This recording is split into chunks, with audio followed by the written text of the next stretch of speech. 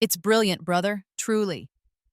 The words tasted like ash in my mouth, but I forced a smile. I made my eyes wide with an admiration I hadn't felt in this life or the last. A pincer movement at Griffin's Pass. They'll be trapped between your legions and the canyon walls. The Carsids will be annihilated. It's the work of a genius. My brother, Marcus Valerius, heir to our father's duchy, swelled with a pride that was as predictable as it was pathetic. He stood over the grand carved map table in the center of the war council, a god in his own mind, clad in polished black steel. He smirked, that familiar cruel twist of his lips that I had once mistaken for confidence. "Of course it is, little sister," he said, his voice dripping with condescension as he tapped the narrow, treacherous pass on the map. "War is a man's game, Ilara. But I'm glad to see you're finally appreciating the subtleties, instead of hiding with your needlepoint." The council members, all of them my father's aging sycophantic bannermen, chuckled obligingly. My father, Duke Tiberius Valerius, beamed from the head of the table. His face, normally a mask of cold disappointment when he looked at me, was flush with paternal pride. His pride. Pride in his son. "Well said, Marcus. A bold stroke. This will end the Carsid threat permanently. We will carve their lands into new holdings for our loyal men." More cheers. My stepmother, Duchess Lyra, sat beside him, her painted red lips curved into a smug smile. She ran a perfectly manacled hand down father's arm, her gaze flicking to me. It was a look of pure, triumphant malice. "See," it said, "this is a son, this is power, you are nothing." I just kept smiling, my hands clasped obediently in front of me. I held my breath, channeling the ghost of the girl I used to be. The girl who would have cowered. The girl who would have shrunk away from their collective scorn. But that girl was dead. She died screaming in a dark tower, her stomach twisting from the poison that woman had given her. I felt the phantom chill of it even now, the cold sweat, the agonizing cramps, the way my vision blurred as I listened to the Carsid army breaking down the city gates. I remembered the last thing I saw in that life, this very map, knocked to the floor, stained with the blood of the messenger who brought news of Marcus's utter annihilation at Griffin's Pass. This plan wasn't brilliant. It was suicide. And as I stood there, surrounded by the fools who had murdered me, I praised it with all my heart. "It will be a victory spoken of for 1,000 years, I whispered, the perfect supportive daughter. Marcus threw his head back and laughed, a sound that I knew would haunt the nightmares of the men he was about to lead to their deaths. Yes, brother, I thought, my smile hardening into something I hoped they'd mistake for awe. Praise it. Believe in it. Ride to your glorious end. I knew this strategy. I knew it was the one that would lead him to his defeat. And this time, I wasn't going to be the scapegoat. I was going to be the executioner. I had been reborn 3 years ago. I woke with a gasp that tore my 16-year-old throat, the phantom taste of Lyra's poison still on my tongue. For a full week, I was incoherent, trapped in a waking nightmare. The castle physicians diagnosed a female hysteria, a nervous affliction of the womb, and prescribed bed rest and calming teas. My family, naturally, was disgusted by the display. "Pull yourself together, Ilara," father had snapped, standing in the doorway of my chambers, refusing to enter. "The daughter of House Valerius does not babble like a drunkard. You are an embarrassment." Marcus had found it hilarious. "Did you have a bad dream, little sister? Frightened by a spider in your sheets?" Stepmother Lyra had been the most concerned. She sat by my bed, her hand cool on my forehead, her eyes sharp and assessing. "You must rest, my dear child," she cooed. "All this thinking, it's not good for your delicate constitution." The thinking she referred to was my one rebellion in my first life, a fascination with economics and history. My true mother, who died when I was 5, had been from a wealthy merchant house, and she'd instilled in me a love of figures. After her death, father's remarriage to Lyra, a beautiful but penniless woman from a declining noble line, had sealed my fate. Lyra saw my intelligence not as an asset, but as a threat. She was the one who convinced father to replace my tutors in economics and law with instructors in tapestry, song, and the art of pleasing silence. A mind for figures is so unladylike, my lord, I once overheard her whispering to him in the gardens. It will make her unmarriageable. Men want a soft, agreeable wife, not a clerk. Father, obsessed with lineage and appearances, had agreed instantly. My books were taken away. Marcus, meanwhile, was celebrated for his brutality. He was the golden heir, the future of the duchy. When he was 12 and I was 10, he sparred with me in the courtyard. He'd insisted, telling father it would toughen me up. He used a blunted steel sword. I had a wooden stick. He broke my left arm. When I cried out, father struck me. "Never show weakness," he roared. "You shame our blood." Lyra had me confined to my room for a week, not for my arm to heal, but as punishment. "You distracted your brother," she said, her voice like ice. "His training is vital. Your arm is not." This was the family I was born into, twice. In my first life, I endured it. I became the quiet, obedient, invisible girl they wanted. I learned to be small. I learned to expect nothing. When I was 18, a kind young lord from a neighboring prosperous domain sought my hand. He was gentle, he loved poetry, and he saw something in me beyond a dowry. For a month, I was almost happy. Then Marcus intervened. He took the young lord hunting and, over wine, confided in him. He spun a tale of my frail health, my nervous fits, and, in a final devastating blow, whispered that a childhood illness had likely left me barren. The marriage offer was withdrawn a week later. Father was furious, not at Marcus, but at me, for failing to secure the alliance. Marcus just laughed it off. "He wasn't strong enough for our family anyway," he'd said, slinging an arm around father's shoulders. I was nothing to them. A failed broodmare, a bargaining chip that had lost its value, a ghost in my own home. Then the war with the Karsid Empire began. The Karsids were our ancestral enemies, a hardened militaristic state to the east. The war was brutal and costly. Father poured the duchy's treasury into the army, placing all his faith in his genius son. And then came Griffon's Pass. It was the same plan, the exact same plan. Marcus, in his arrogance, believed he had devised an original, brilliant strategy. In truth, it was a classic, predictable maneuver that the Karsids had faced and defeated before. In my first life, I didn't know that. I just watched him ride out, just as I had today. The news of the defeat came 3 days later. A total rout. The Karsids hadn't been in the pass. They'd been above it. They'd rained boulders and arrows down on the Valerius legions, sealing both ends of the canyon. Marcus, caught in his own brilliant trap, was one of the first to fall, an arrow through his throat. The army was shattered. Over 10,000 men were lost. Our duchy was left defenseless. The Karsid army marched on our capital. Panic consumed the castle. Father was incoherent with rage and grief. Stepmother Lyra, however, was chillingly practical. They needed a scapegoat. They needed to deflect the blame from their own incompetence. Their eyes fell on me. "She did it," Lyra whispered, her voice carrying through the panicked throne room. It must have been her. She was always jealous of Marcus. She was always strange with her books and her sulking. She must have been the informant. She sold the plans to the Karsids. It was so absurd, so monstrous that I couldn't even speak. I had no access to the plans, no contact outside the castle. I didn't even know the strategy until it was already in motion. But father, desperate to save his own reputation, seized it.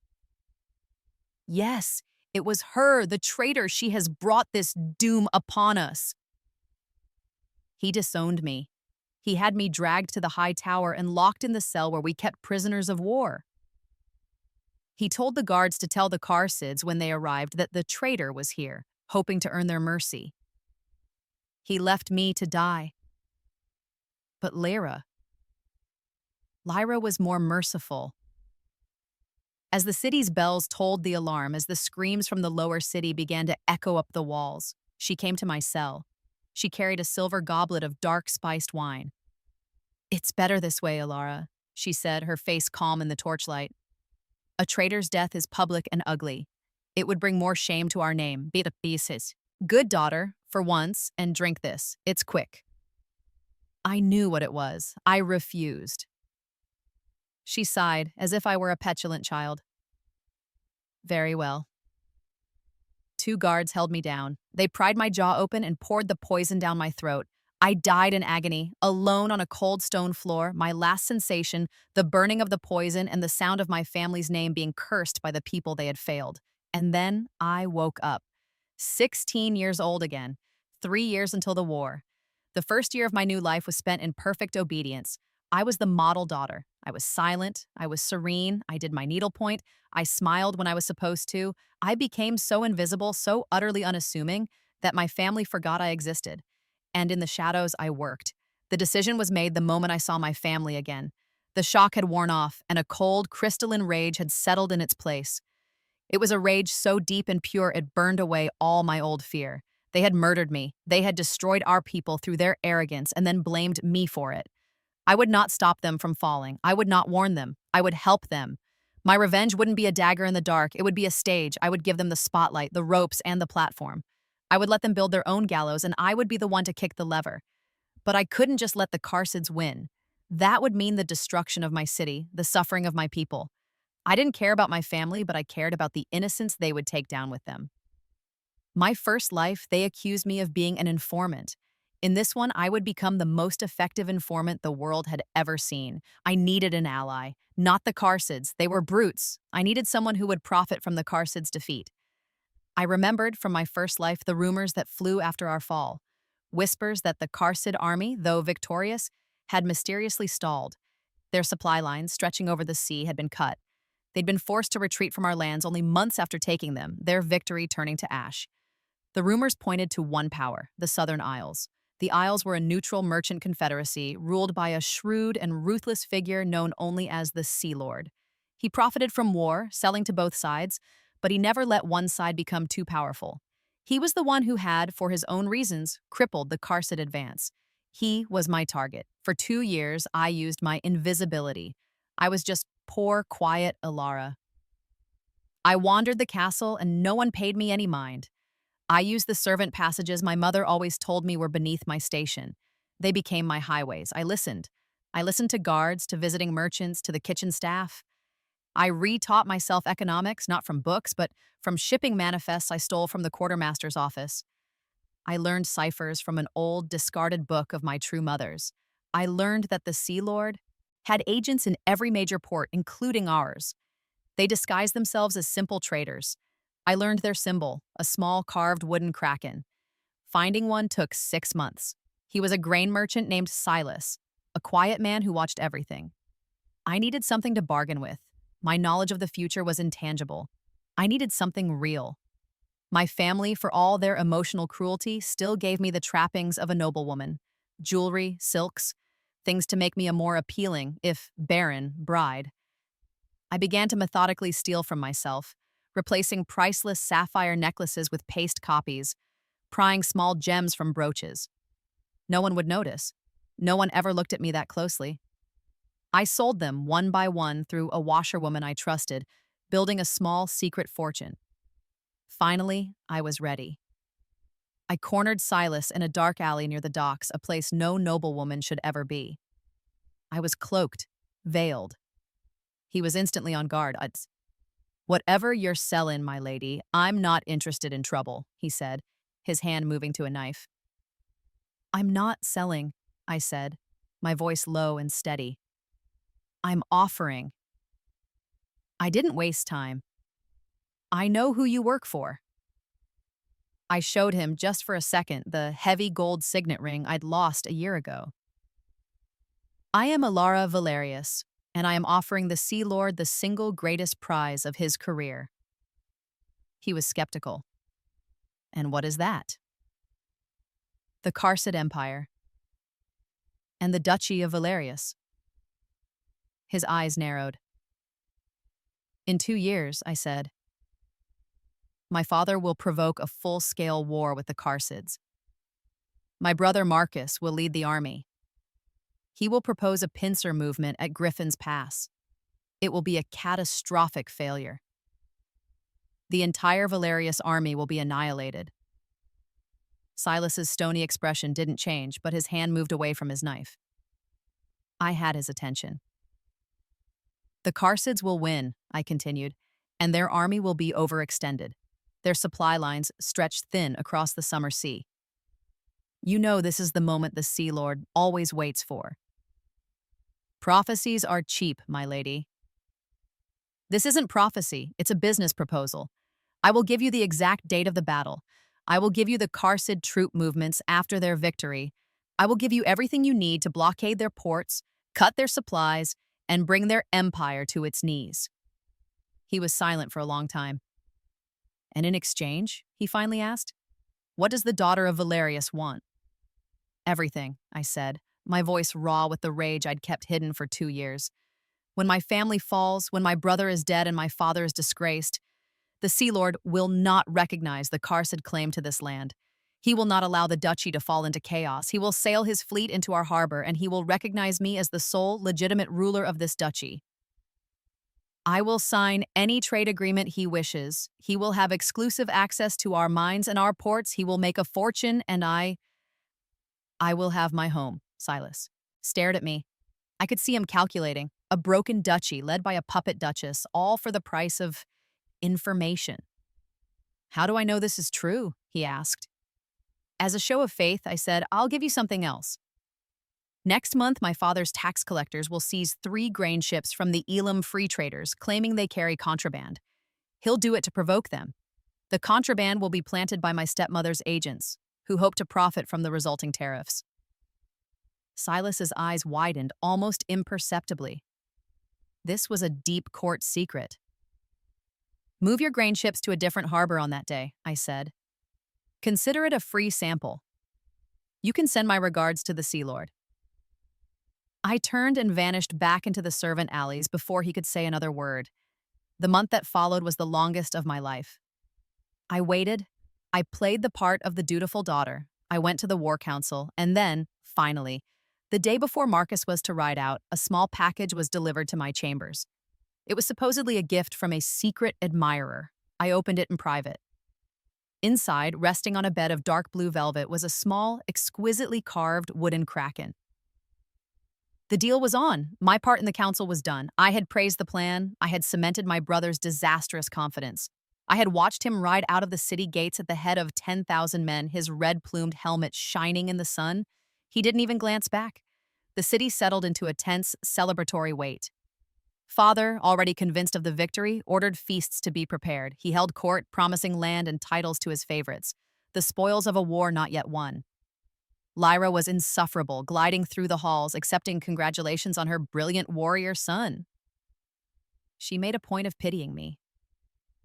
Don't worry, Ilara, she said, pausing to pat my head as if I were a dog. Perhaps when your brother returns, we can find you a nice, quiet marriage. A widower, perhaps. Someone who won't mind your condition. You are too kind, stepmother, I said, curtsying deeply. While they feasted, I moved. My first stop was the treasury. Not the main ducal treasury, which was already depleted by father's war effort, but Lyra's private one. The one I'd discovered in my first life, hidden behind a tapestry in her chambers. The one she'd been siphoning from the state for years, her escape plan for when father's incompetence finally ruined them. It was still there, chests of gold, sacks of jewels, foreign bonds, a fortune. I didn't take it for myself. I had agents of my own now, men loyal to the coin I'd been paying them for 2 years. Under the cover of the feast's revelry, we emptied the vault, every last coin. It was moved, not out of the city, but deep into the crypts, to a hidden chamber known only to me. This wasn't theft, it was requisitioning. It would be the money I used to pay the city guard and buy grain when the illusion of my father's power shattered. My second stop was a meeting in the dead of night. Silas was waiting for me at the old docks. It is done? I asked. He nodded, his face grim. The Sea Lord's fleet is in position. They wait for your signal. The Karsid supply fleet is 2 days from their position. And the Karsids? They took the bait. Their main force is exactly where you said they'd be, dug in on the ridges above Griffin's Pass. They believe your brother's informant is one of their own. Good, I said. My brother's army will make contact by dawn. The battle? It won't be a battle. It will be a slaughter. It should be over by midday. And your father? He expects a victory messenger by tomorrow night. He will get a refugee instead. When that rider arrives, the city will panic. The Karsid army will begin its march. That is your signal. The Sea Lord's fleet is to blockade the Karsid port at Oakhaven. At the same time, a delegation from his fleet is to arrive at our gates. They are to ignore my father. They are to ask only for me. It's a bold play, my lady, Silas said. Your father will have you executed. My father, I said, my voice like ice, will not be in a position to execute anyone. I handed him a small sealed scroll. This is for the Sea Lord. It contains the trade concessions I promised. And one other thing. It was a small, heavy object wrapped in oilcloth. The true ducal signet. The one father believed had been lost with my true mother. She had given it to me, her last living act. Never let them take this from you, she'd whispered. It is the real authority. The one they cannot forge. In my first life, I'd kept it hidden, a sentimental treasure. In this life, it was a WMD. This, I told Silas, will prove who he is dealing with. Go, and tell your lord to be ready. I returned to the castle and went to bed. I slept like a stone. The next day was a performance. I was calm, serene. I did my needlepoint in the gardens. Lyra found this offensive. Your brother is at war, girl, she hissed. Show some nerves. You look like you're waiting for a picnic. I have complete faith in Marcus, stepmother, I said with a placid smile. As you and father do. Her lips thinned. My placidity unnerved her more than any outburst could have. The feast hall that night was stifling.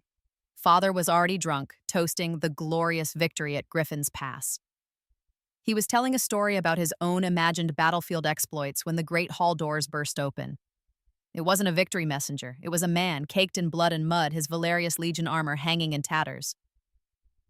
He was one of Marcus's personal bodyguards. He staggered into the center of the hall, the music dying around him. My lord, he gasped, falling to his knees. My lord, it was a trap. The silence in the hall was absolute. Father's face, flushed with wine, went pale. What? Father whispered. What did you say? A trap, my lord, the soldier wailed. They were above us. The Karsids. They were on the cliffs. Rocks. Arrows. They sealed the pass. We were butchered. Lyra let out a piercing shriek. Lies. He's a deserter, a coward. I ran, my lady, the man sobbed. I ran to warn you. The army is gone. Everyone. General Marcus. My son, Father roared, stumbling to his feet. What of my son? Is he captured? We will ransom him. Whatever the cost, we will ransom him. This was it, the moment. Lyra, her face a mask of twisted rage and panic, rounded on the nearest, easiest target. Me. You, she screamed, pointing a trembling finger. This is your fault. You're the informant. You did this. It was happening again. The exact same words, the exact same accusation. Father's gaze, wild with grief and fury, snapped to me. He saw my calm face, my steady hands resting on my lap. In his broken, paranoid mind, my lack of panic was an admission of guilt. She's right, he bellowed. It was you. You were always jealous. You sold us. Guards, seize her. Take her to the tower. The same guards who had held me down as I was poisoned in my last life started to move toward me. But this time, I wasn't the girl who cowered. I stood. Stop, I said. My voice wasn't loud, but it cut through the chaos like a razor. It was a voice of pure, cold authority. The guards, stunned by this new Alara, actually paused. You accuse me of being an informant? I asked, laughing. It was a dry, humorless sound. You're half right. I did know the plan would fail. I knew it was the strategy of an arrogant fool. Insolent child, Father roared. You admit it. I admit nothing, I said, walking slowly toward the center of the hall. But I will tell you a truth your messenger was too afraid to say. I looked at the sobbing soldier. Tell him what happened to Marcus. Tell him the truth. The soldier flinched. My lord, General Marcus, the Carsids, they don't take prisoners from House Valerius. You know the blood feud. What? Father's voice was barely a breath. I saw him fall, my lord, the man whispered, tears streaming down his face. An arrow. Through the throat. He's dead, my lord. Your son is dead. Father collapsed onto his throne, a strangled, inhuman sound rattling in his chest. Lyra, however, just stared at me, her mind already calculating. She knew. She must have. Seize her. She is the witch who brought this doom. I am the only reason this city is still standing, I shot back. What are you babbling about? Father mumbled, his eyes vacant with shock. I'm babbling, I said, about the Carsid army, which is, as we speak, marching unopposed toward our gates. They will be here by morning. And you, Father, have no army left to defend us. You, stepmother, have no son to hide behind, and you, I said to the assembled, terrified nobles, have been led to ruin by these two fools. Guards, Father screamed, finding his voice again. I said seize. Her! Lock her in the damned tower. We will hand her to the Carsids ourselves. The guards lunged, and the great hall doors burst open for the second time. It wasn't a bloodied soldier. It was a phalanx of 30 men, armed and armored in a way we had never seen. Their armor was scaled, like that of a fish, and their helms were crested with strange, deep-sea creatures. They carried heavy, barbed tridents. They were silent, disciplined, and terrifying. They filed into the hall, securing the exits surrounding my family. The nobles scrambled back, many falling over themselves. At their head, a tall man walked in. He wore no helmet, his dark, sea-green armor inlaid with mother-of-pearl. His black hair was braided with silver, and his eyes were the color of a stormy sea. He was imposing, powerful, and he walked as if he owned the very stone beneath his feet. He ignored my father on the throne. He ignored the shrieking Lyra. He walked directly to me, stopped, and bowed, a deep formal bow of respect. Duchess Alara Valerius, his voice boomed, silencing the room. I am Arion, Sea Lord of the Southern Isles. As per our agreement, my fleet is in your harbor. Father's face was a grotesque picture of confusion. Duchess? Agreement? Alara, what is the meaning of this? This is treason. This, I said, my voice ringing with triumph, is a change in management. I turned to the stunned room. My father and my brother have bankrupted this duchy and fed its army to the wolves. As of this moment, they have no power here. Lies, shrieked Lyra. We are House Valerius. We have a fortune.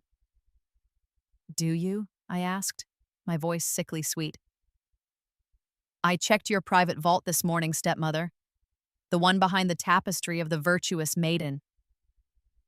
It's entirely empty. You were so busy planning your victory parties you didn't even notice.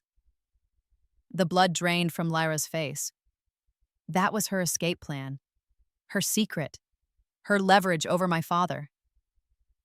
She looked at me, her eyes wide with a dawning animal terror. She finally understood. She wasn't looking at Alara. She was looking at her own doom. The Carsid army is at our gates, I announced to the room. But they will not enter. Because I held up my hand, and the Sea Lord placed the true ducal signet in my palm, have negotiated a truce. I held the signet high. The older nobles gasped. They recognized it. The Sea Lord's fleet has already blockaded the Carsid port at Oakhaven, I declared. Their supply lines are cut. Their army outside our walls will starve in a week if they do not retreat. And they will retreat, because the Sea Lord has convinced them to recognize the new leadership of this duchy. Arion, the Sea Lord, smiled thinly. In exchange for crippling trade concessions to me. My father, finally understanding the depth of his loss, let out a primal roar. He lunged, not at the Sea Lord, but at me. You, you whore! You traitor! He never made it. Two of the trident-wielding guards slammed the butts of their weapons into his chest, sending him crashing back to the floor at the foot of his own throne. A traitor? I asked, walking over to him, looking down at the pathetic, gasping man. I was a traitor in your last life, Father. When I did nothing. When I was the loyal daughter you starved and beat and allowed to be poisoned. Poisoned? He choked, looking at Lara. What is she saying? Oh, yes, I said, my gaze shifting to my stepmother, who was trembling so hard she could barely stand. In the tower, after Marcus's first defeat. Or did you forget, Mother? The cup of wine? To save the family honor? The hall was silent. The nobles, the guards, they all stared at Lara. They saw her panic. They saw the truth in her terrified eyes. They saw my father's weakness. And they saw me, calm, powerful, and backed by the only real army left. She's mad, Lyra finally shrieked. She's insane. She doesn't know what she's saying. I'm not mad, I said, turning away from them. I'm just thorough. I faced the people. My family has failed you. They led you to ruin. I have saved you. My brother is dead. My father has abdicated. I never, Father screamed from the floor. You will, I said calmly, or the Sea Lord will hand you, your wife, and this entire city over to the Karsid army outside. He has no stake in our survival, only in his contract, with me. Father looked at the Sea Lord. Arian just shrugged, an elegant, ruthless gesture. The choice was clear. Public execution at the hands of the Karsids, or submission to me. My father, the great Duke Tiberius Valerius, broke. He curled on the floor, and for the first time in either of my lives, he wept. It was the pathetic, ugly sound of a tyrant who had just realized he was powerless. Guards, I said this time to the Sea Lord's men. Escort my father to the high tower. He is retired. Confine my stepmother to her chambers. I will deal with her personally. I mounted the dais and stood before the throne. I didn't sit, not yet. Tonight, I said to the hall, we were betrayed, but not by me. We were betrayed by pride, by arrogance, by incompetence. Tomorrow, we rebuild. I looked out at the faces of my people. They were afraid, but for the first time, they were looking at me, really looking at me, and they weren't seeing a weak, barren girl. They were seeing a savior. The Karsids retreated within 3 days, their army starving and their supply lines shattered. The Sea Lord's fleet in our harbor was a jarring sight, but my first act as Duchess was to use the gold I had requisitioned from Lyra to buy grain from his ships. I distributed it to the people. Free of charge, I paid the city guard their back wages. Within a week, I was no longer the traitor who had usurped her father. I was the Kraken Duchess, the woman who had saved them. My victory was total, but my justice was just beginning. I dealt with my father first. He was in the high tower, the exact same cell he had thrown me into. He wasn't in chains, he was comfortable, but he was a prisoner. I visited him once. He was standing at the arrow slit, staring down at the city, my city, which was already bustling with new trade from the southern isles. Why? He croaked, not turning. Why would you do this? He was your brother. He was a monster, I said, my voice flat, and you were his creator. I gave you everything. I laughed. You gave me nothing. You took everything. You took my mother. You took my education. You took my future. You took my dignity. And then you took my life. You stood by and let her poison me. You called me a traitor to cover your own pathetic failure. He turned then, his eyes wide. You, you're truly mad. That, that never happened. It didn't, I agreed, and thus, not in this life, because I didn't let it. You are in that tower, not for what you did, but for what you would have done. You are there because you are weak and cruel and a fool. You will stay here and you will watch me rule the duchy you destroyed. You will watch me succeed where you and your brilliant son failed. That is your sentence. To watch. He lunged at me, but the bars were between us. He rattled them, screaming curses. I just turned and walked away. I never saw him again. He lived for 10 more years, a ghost haunting a tower, forced to watch my banners rise and my city prosper. My stepmother, Lyra, required a more personal touch. I had her brought to the throne room, not as a prisoner, but as if she were being called to court. She was dressed in her finest silks. She had clearly convinced herself that she could manipulate me, that I was still, somewhere, the girl she could control. I was seated on the throne, the ducal signet on my finger. The Sea Lord stood beside me, an unambiguous statement of power. "Ilara, my child," she began, her hands clasped, tears already welling in her eyes. "Thank heavens, you must believe me. I never knew what your father was capable of, accusing you. It was monstrous." I held up a hand. She fell silent. "Save your lies," I said. "They don't work anymore." I nodded to a guard who brought a small velvet-lined box. I opened it. Inside, resting on the velvet, was a small dark green bottle. Lyra stopped breathing. "I found this in your private vault," I said, "along with the gold you've been stealing for 20 years. I had the court physician identify it, Cantarella, tasteless, odorless, causes agonizing cramps, then paralysis, then death. A woman's weapon, he called it." I picked up the bottle. The same bottle. The same poison. You didn't even bother to change your methods. I don't know what you're talking about," she stammered, her face white as chalk. "Yes, you do. You're a meticulous woman, Lyra. You always were. You thought you were so clever, whispering in my father's ear, poisoning him against me, destroying my prospects. Also, your brute of a son could have everything. And when he failed, you had this ready, for me." I placed the bottle on the arm of the throne. "But I am not my father. I am not you. I will not murder you in a cell." A flicker of hope in her eyes. It was disgusting.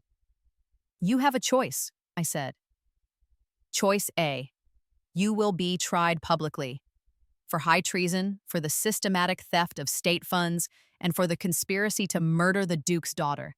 The physician's testimony combined with the empty vault will be enough. You will be found guilty. You will be beheaded in the public square. It will be very public." She was sobbing now, real, terrified sobs. "Or," I continued, "choice B. You can go to the convent of the Silent Sisterhood, the nunnery on the salt-swept cliffs by the sea. They are an order of penitence. They take a vow of absolute permanent silence. You will never speak another word to another human being for the rest of your life." I let that sink in. For a woman whose entire life, whose entire power was built on her voice, her whispers, her lies, her seductions, her manipulations, it was a living death. It was a fate worse than any poison. I will go," she whispered, collapsing. "The convent. Please." "Of course you will," I said. "Guards, take her. She has a new life of quiet contemplation to begin." She was dragged from the hall, and I never heard her voice again. My reign was long and prosperous. The Sea Lord Arian became more than an ally. He saw in me a ruthlessness and intelligence that matched his own. Our alliance, forged in betrayal and strategy, blossomed into a strange, powerful respect, and then into a marriage.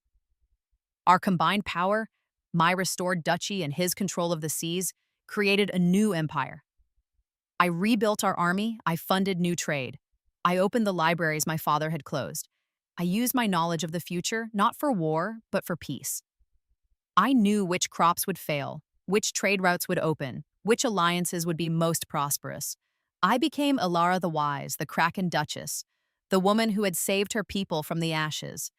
Sometimes I would stand on the battlements of the castle, looking east toward the mountains. I'd think of Griffin's Pass, now a haunted place where no one dared to travel. I'd think of my brother's arrogant face, my father's weak pride, my stepmother's venom. I felt no remorse. I felt no guilt. I remembered standing in that war council, the ghost of poison on my tongue. It's brilliant, brother. I had praised his strategy with all my heart. It was, in its own way, the most brilliant plan I'd ever heard. It was the only strategy in the world that could have destroyed my enemies, saved my people, and given me the crown all in a single brilliant stroke, and I would do it all again.